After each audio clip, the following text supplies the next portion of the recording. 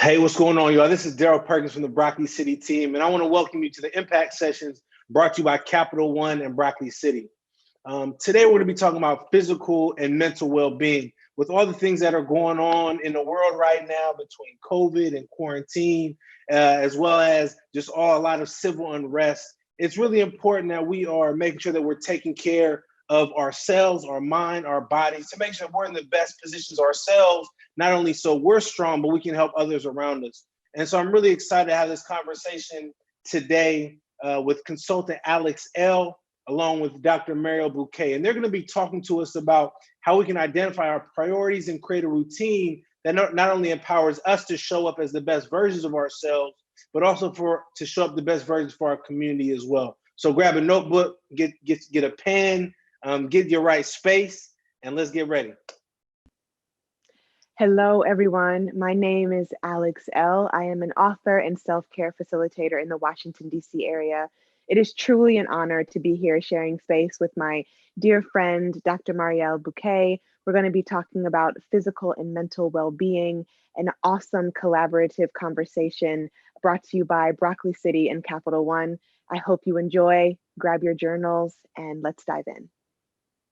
Dr. Mariel, Miss Mariel, thank you for joining me today. It's really an honor to chat with you. It's always an honor to be in community with you, sis. And I'm so grateful to be here, with you all talking about really a conversation that you and I have all the time, but just an expanded version of it. And, talking about the things that we're both really passionate about, which is just holistic wellness and mental wellness and healing ourselves fully and healing community for our people. So yeah, it's exciting to be having a conversation that we both feel really rooted in and feels organic. So I'm going to kick us off with the question, how have you been learning to come home to yourself this year? That's something I've been really thinking about during the pandemic, during just kind of the social isolation. I mean, I'm home with my family it's 5 of us here, but I still feel like I have to figure out how to make time for myself in my body, in my mental well-being. So I wanted to ask that question to you first. How are you doing that? How are you coming home to yourself this year? That has been like something that I think has been the blessing in disguise of having to be, in a space where I am mostly by myself. And the thing about me is that I feel like I just tend to channel forward, like in that I'm always that person that's attending to others. Like I just am programmed that way.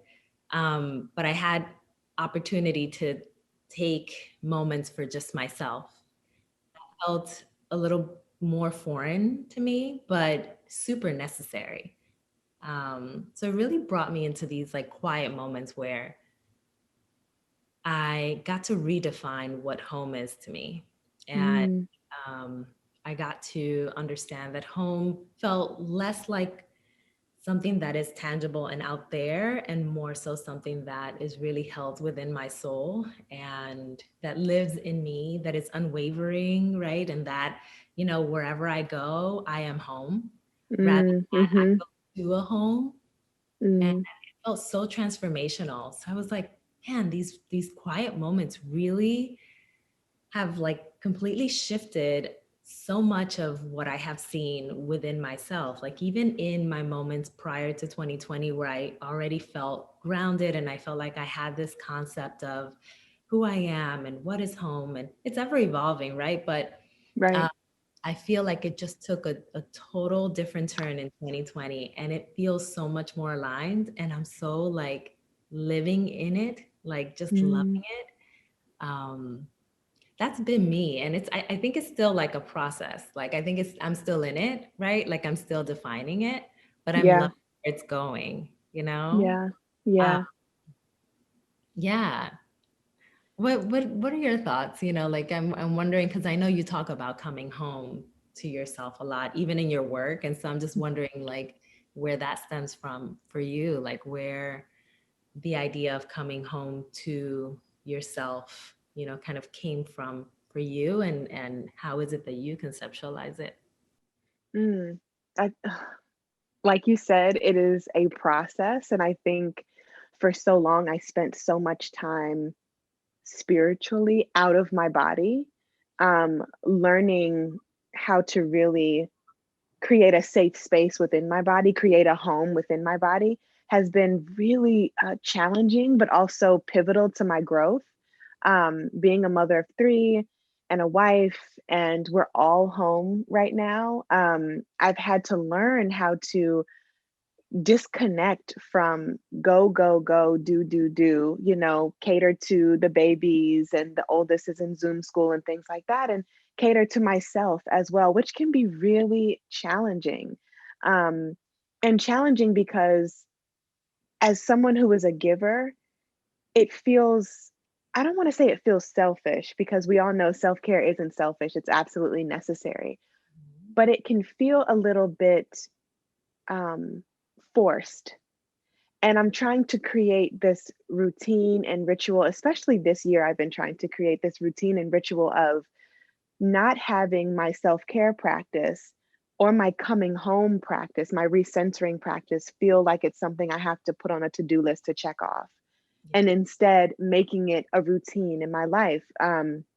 So, a good example is the past few weeks, I had been trying to wake up around 5:30, 6 o'clock, just to have some time to myself before the babies got up, before my oldest got up. And it was really going great. And then I had one night that I stayed up way too late, and I slept in the next day, and then I slept in the next day. So I got off of my routine. And what I'm noticing is that when I'm off my routine, it is hard for me to be present in my body. I woke up this morning and I said, I need a routine. I woke up at 6:30. I took my shower. I was downstairs and had some time alone to make my coffee and all of that. And I'm like, I need this. This is coming home to myself. And it's absolutely necessary. And I don't want to have to force myself to do this. I just want it to be a thing that I do. So I don't know if that makes sense, but that's really how I'm navigating home and being in my body spiritually and being present. I had a really tough week this week. So recentering has been important, to say the least. Mhm. It makes so much sense. And even like when I was talking about the quiet moments that I have, right? Which I feel like, without kitties and a bigger kid in the home, right? Like there is a privilege, right, that one might have where it's really like finding whatever moment, right? Because Mm, being a mom means that there is a lot of catering out that you have to do as well, and kind of the schedule looks different, and the ways that you care for yourself look different, and so it makes a lot of sense that you have found your flow, and even with your flow not being like in place, you're like, okay, that flow did work and I need to like yes. That flow did work. yeah. Yes. Yes. I think that's a part of the self-care practice too, is like figuring out what works and what doesn't. And when we're thrown off, how to recenter. And I want to get your thoughts on this. Like a lot of people speak about self-care or mental wellness as kind of this um, luxury. But really, for me and my practice and me and my soul work, it is not a luxury. It's hard. It is something that stretches me in ways in which I have to show up. So I do wonder for you, what is self care teaching you about community care and how you show up not only for self, but then as an extension of the person you are in your job, in your family, in your relationships? Yeah, oh, I love this conversation. The thing about self-care that I've seen is really, really important for me when I then extend myself onto being present for others, is that when I can't be present for myself, I literally struggle to model that for others. Mhm. Like um, I'm way too heady, right? I'm not present in just the little things in life, and Mm, so mhm, it's almost like I'm floating more than mm, usual, mhm, right? And mm. or more than what I would like, right? Because, you know, some of that is just our natural selves. We, you know, we're people, we think, right? And, you know, we'll have thoughts, we'll float through life here and there. However, I feel less grounded. And when I'm less grounded, I'm not able to be grounded in the ways that I wish to be for the people that, one, I serve and the people that I love. And so that, because that is something that I treasure, being able to be fully present for the people that I have made a commitment to serve, and then the people in my life that are my community, that are in my heart. I have to take care of myself in the ways that will create a better dynamic of servitude, but also a better dynamic of just being with a person, with another human being, and being in pure, you know, joy and just mindfully present. It has taken me to practice a lot of that mindful practice of being in the moment when I'm in my moments alone, to be able to know how to actually do that with others. And like one way I've been doing that, like with my family lately, has been like, I put my phone down. I just will not be on my phone. And it's kind of comical because they're not doing it. So I'm just like sitting there noticing everyone on their phone. And I'm like, huh, this is interesting. This is quite the era that we're living in, right? But, you know, I don't shame them. I'm just like, so what's been going on today, you know, and just enjoying conversation and then just like bring them into the moment, you know? But I love that. Mindful, right? I see that you're like, you do a lot of mindful stuff. Like you do mindful walks, right? You spend moments with your family that are like literally attuned to your family, right? Which is so important, especially with little ones, given that, you know, that emotional attunement and that motherly attunement is incredibly key in a person's development and attachment and capacity to feel grounded, you know, early on in life. So I see that in you, but, you know, I want, you know, to just, you know, offer you the opportunity, obviously, to extend that for yourself. You know, I wrote down what you said, bring them into the moment, because that is, I read something by John O'Donohue. I think I just said his name wrong, but he's an author, and I'll have to send you the passage. And it is just so amazing. It's talking about this exact thing about breath and time and being in the moment and not worrying about the future or the past, but staying centered on the now. And that is really, it's been hard. It has been really challenging for me, um, especially with young ones, especially as a work from home mother, especially as someone who does most of their work on phone calls now, right? I can't go to meetings. I'm on Zoom all day. I'm interviewing. I'm, you know, doing talks. I'm doing meditations. And I kind of had gotten to a point where I was just working all day.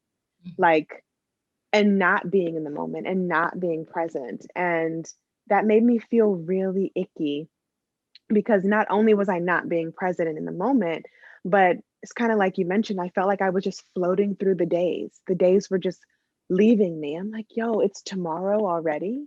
And I don't like feeling that way. And that kind of goes back to my childhood and often feeling out of my body and not in control.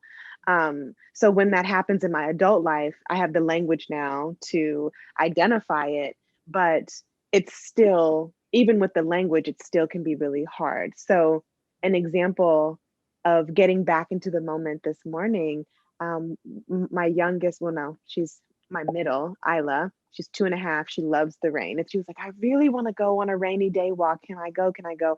I hadn't been outside all week because we're normally outside. And I noticed I was feeling kind of sad because I haven't been able to go outside. I've been just working all week. And I dropped everything I was doing. We had just finished painting together. And I dropped everything I was doing. And daddy normally has been taking her outside. And I was like, I'll take you. Come on, let's go. We put on our rain boots and she put on her puffy coat and I put on my jacket. And we were outside stomping in puddles and looking at worms and skipping rocks. And it was so beautiful to give myself permission to step away from work and to pause and to be in the moment with her and to allow her my full attention, not my full attention and then having to answer that email, or my full attention and then a call is happening. It's like really giving her all of me. And with 3 children, I have to do that individually with them. So I think I'm learning more and more this year that getting back to present and getting back to center means mothering myself Yeah. and allowing my inner child to play when my kids are playing, allowing us to play together and really be in community with one another. And that's something I'm going to be doing more often. Like, I need to get back to turning off work by 6 p.m. My husband reminded me. He was like, "Oh, so you're just working until it's 11 o'clock. You're working." Oh, And wow. it's like, okay, so I've slipped backwards. So now I need to get back on track. Mhm. Um, so that's what I'm doing, getting back on track, trying to get back into the present. Yeah. I love it. I love it. And I love that you're also attaching structure to your day and to your week, because it's something that it can easily be let go of during Yeah. a moment in time where everything is so fluid, right? It's almost like we have infinite availability for whatever. And Mm, just like overextend ourselves so easily. And that in and of itself can also be a way to reduce one's capacity to be present and mindful, because your energy is going to be depleted, right? You may even like, it may even tap into just your sleep patterns. I mean, like the whole vibe yeah. off, right? Yeah. Yeah. Yeah. So we've been talking a lot about healing, right? And how we are finding our way home to ourselves during this pandemic. And I'd love to be able to give the folks at home some resources and tools that they can use to not only set their healing intentions for the days and weeks ahead, but also give them some tips and tricks on a self-care practice that feels really nurturing to them. So can you share maybe how you start your day and how important it is to be in a routine? We kind of touched on this a little bit earlier in our conversation, and maybe offer 1 or 2 tips for folks at home that they can bring into their own healing and intention setting practice.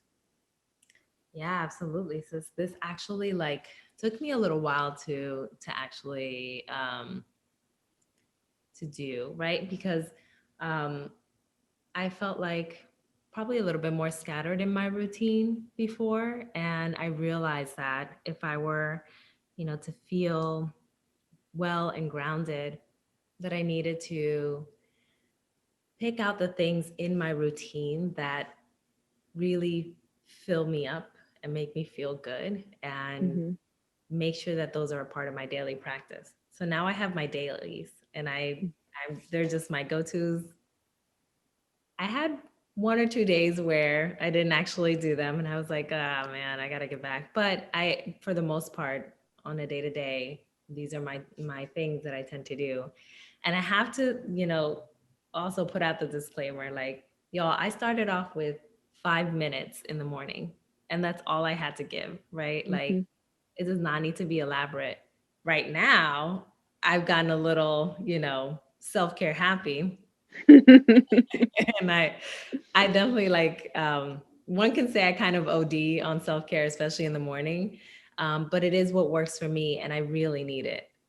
So it's what I do. But really, like, I start off with just attending to my dog and kissing my dog. And my in my head, I just give thanks, for all of the things that I have around me. I have a warm home, and that matters a lot to me, because in my past life, I have been really cold. And to have a warm home is something that I can appreciate, to be able to feel my sheets and feel like I'm here, I'm alive, I made it to a new day. It's the simple things for me, right?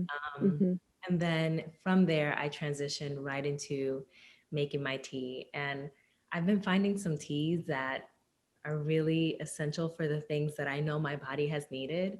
So when I actually sip my teas, it reminds me that I'm taking care of myself. And then I sit down in my little meditation area that I created, and I start doing sound bath meditation for myself. And I just Mm, speak to myself and affirm myself on all the things that I know I need, the things that have carried over from the day before, the things that I feel like this day might need for me and mm, from me. And, when I am in that area, I'm also still sipping my tea. So I'm, you know, grounding with all the senses. I'm looking around to all the things that I filled my home with that I'm appreciative of, right? And I'm sipping my tea. So my taste buds are getting, a nice kick. And the sound bath is helping me with like just the sounds that I feel like are healing. I mean, it's a whole experience. And so I have that pocket of time for myself to just do mm-hmm. all of those things.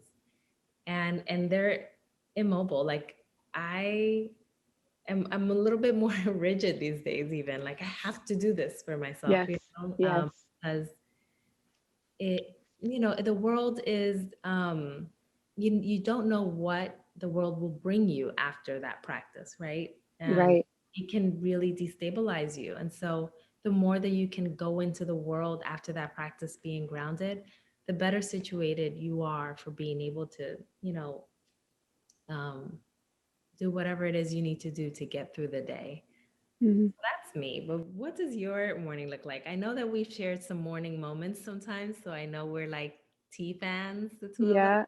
Yeah. I know you also have your own set of things. So what are those for you?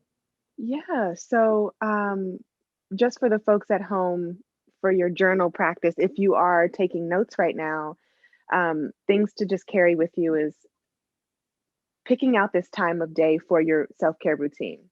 Marielle said it best, carving out that time of day. And that's something that I've been doing as well. Something that is now moving forward. It just can't be, it can't be skipped over because I've had a few days this week, within the past, week, that I have skipped over it and I can feel it in my body. So one thing you can just take note of if you are journaling alongside us and taking notes is pencil yourself in. That is so important. We pencil our meetings in, we pencil these types of events in, we pencil our kids in if we're parents and caretakers. Pencil yourself in. Like that is major. And that's something that I'm doing. Another part of my routine is that even I because I write for a living, sometimes I don't feel like writing, right? But I always have my journal by my bed, and every morning or every evening, I write my gratitude, what I'm thankful for that day. And it can be one thing. And I want to stress too how Mariel said, like 5 minutes. It can be 5 minutes. If you literally don't have 5 minutes before you rise and get out of the bed, set your intentions for the day. That takes 60 seconds. And repeat that as a mantra, as your affirmation, and then rise and prepare. So I know that us being able to do certain things that we're speaking about can be looked at as a privilege. And if you don't have that time, you have to make your own time, and make it fit into your life. Another thing that's really supportive for me is the ritual of brewing my tea or my coffee, leaning on things that bring you joy. I can't stress that enough. Finding joy in this life is the longest, shortest time that we have. And carving out moments of joy, receiving those moments of joy, um, and making time for them to appreciate them is not only important in my practice, but I implore you to discover what that looks and feels like in your own practice. Um, Also, get outside every day if you can, even if it's raining. Me going outside today in rainy weather it felt so good to just be outside. And that's an intention that I have on my list. So if you are tuning in here and you're like, I don't really know like what I'm supposed to be doing with my day outside of my traditional, showing up for work, caretaking, all of that, start your list off like this. Remind, yourself to eat, to drink your water, to breathe. If your shoulders are up to here, can you drop them a little bit? Can you unclench your jaw? Those are the things that are self-care, right? I know that we talk a lot about, or you hear people talk a lot about, massage and nails done and, buying those jeans that you've been eyeing because you deserve it. But really, you deserve to breathe. And Yeah. we all forget to breathe intentionally. So your affordable self-care can be getting back into your body by breathing. That's something that I've been doing. Deep inhales, holding it at the top and exhaling, and it can feel so good. And I know that some people may be listening to this like, breathing isn't self-care, but no, it really is. Intentional and mindful. Put that on your intentions list. And a call to action here, if you have your journals in front of you or if you're taking notes on your phone, is write down your intentions for the week. And even if it's one thing a day, so that's 7 things, carve that time out and see if it makes a difference for the week after. I love doing stuff like that because I'm always like, oh, so that does work. Like that intentional breathing is working. Turning my phone off before bed does make me feel more well rested in the morning, So it's those little things and tweaks that we can make to our routine and schedule. And yes, routine is important, I would say. Would you say the same? Absolutely. It's so essential, and you'll feel so proud, that you established Mm-hmm. that moment for yourself. I'm actually taking notes while you're speaking. I'm like intention setting. Hello. I feel like I'm adding a new one to my routine. I love that. That's so Yeah. dope. Thank Yeah. you. Thank you. Yeah. We're all works in progress. And as folks watch this at home, I want to encourage you to lean on yourself. And not to say that we don't need community, because we do. We're social beings, right? We need community, we need connection. But I think now more than ever, learning who we are during this time, le- exploring our needs and learning our wants and desires, and leaning into our goals and ambitions now more than ever can be really supportive in how we move into 2021. Yeah. Especially with the trauma that's happened this year, the collective grief that's happening. If we want collective healing to take place, we must show up for ourselves. We must set our intentions. We must come onto a routine that makes us feel supported and taken care of. And that has to start at home. I mean, I feel like this conversation should be like literally titled "At Home in Our Bodies," because that is really where it all begins. We know what we need deep down, and I want more of us to lean into that self-trust. I love that so much. And if you think about it, people like you and I, and we're collective people, right? Like we are people that are communal and believe in community.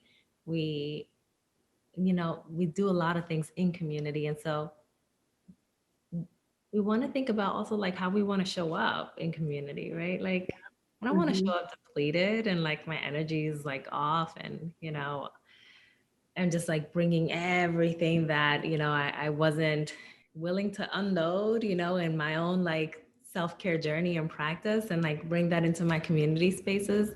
I want to bring, whatever best part of me I can, right? And if there are parts of me that still need my community to come on board and help me through, right? Then okay. But I still want to bring whatever best part of me it is that I can. And I want to bring that Black girl joy, like so if I want to bring that, then I have to do all these things that you're talking about, sis. Like it's really essential to be able to bring yourself back home to yourself and work on home, and then that extends into how we show up in community. So, as we wrap up our time together, we want to leave you all with a couple of tangible takeaways. We gave a lot of information here. We had a really flowy, awesome conversation. And if I had to pick one thing that I would say to take with you as you lean into your personal healing and the collective healing, is to set an alarm for your daily self care practice. When I'm working with my clients, I say it's called a stop, drop, and self care alarm. So, for example, mine goes off every day around 11:30. And in that moment, of course, if I'm not driving or doing anything that needs my full attention, I stop what I'm doing and I take a minute, and I have it set for 5 minutes, and I do my breathing. I maybe will write in my gratitude journal if I didn't get to it before I got up that morning. And being in my own calendar reminds me of my worth. It reminds me that I am necessary in my life. I am a moving part that needs to be well taken care of. So that is my call to action to you. Set a stop, drop, and self-care alarm and find your flow in your own self-care practice. You cannot show up in your communities empty. We do that enough as people of color, as Black women. We do that enough. So we are unlearning that, and we are starting a new generational abundance building ritual of penciling ourselves in so that we can be in our communities full. So what would you say, Mariel, to wrap up with our tangible takeaways? Amazing. So I'd like to add that, healing, and we talked about this a little bit, but just to expand upon this, like healing can look like so many things. Make sure that, we're giving ourselves our birthright, which is to be able to be centered and be well. So in whatever ways you feel like you can show up in mind, body, and spirit to be able to do healing work, then do so, and do so with intention. And if you're looking to, lean a little bit deeper into your writing to heal practice, I have many free resources on alexelle.com under freebies, and you can go and download the writing prompts and download the PDFs and explore what writing to heal can look like in your life. I actually was given the gift, I always say, of writing to heal from a therapist who encouraged me to not only write about my woes, but write about how I want my life to be different and affirm myself. So that was years ago, and I still carry that with me to this day. So there are freebies for you on alexelle.com to explore. And Mariel, are you doing any meditative sound baths before the year is up? And if so, where can people find them? Yeah, I most certainly am. So I'll announce it on my IG at dr.marielbuque. And so, you can always look onto there or sign up to the newsletter where I'll announce it there as well, so that you can be attuned to when it comes up and then show up to the live and join in on some sound bath healing. Awesome. Well, this was so amazing. Thank you so much for sharing space with me. We hope that this brought you a little bit of ease and camaraderie in your day, and we appreciate you. Yeah, so always grateful to share space with you, and especially when it comes to just being able to be in community and dialoguing about what healing can look like for our community. So thank you, and thanks everyone for showing up for yourselves. Bye. Wow, that was an inspiring moment. I'm Tanya Valle, money coach at Capital One. We believe your well-being is holistic and finances aren't excluded. Money coaching is about helping you align your values with your money so that you can set the right intention for how to move forward. The best part is that it's complimentary for customers and non-customers alike. I encourage you to sign up today at capitalone.com/local/money coaching.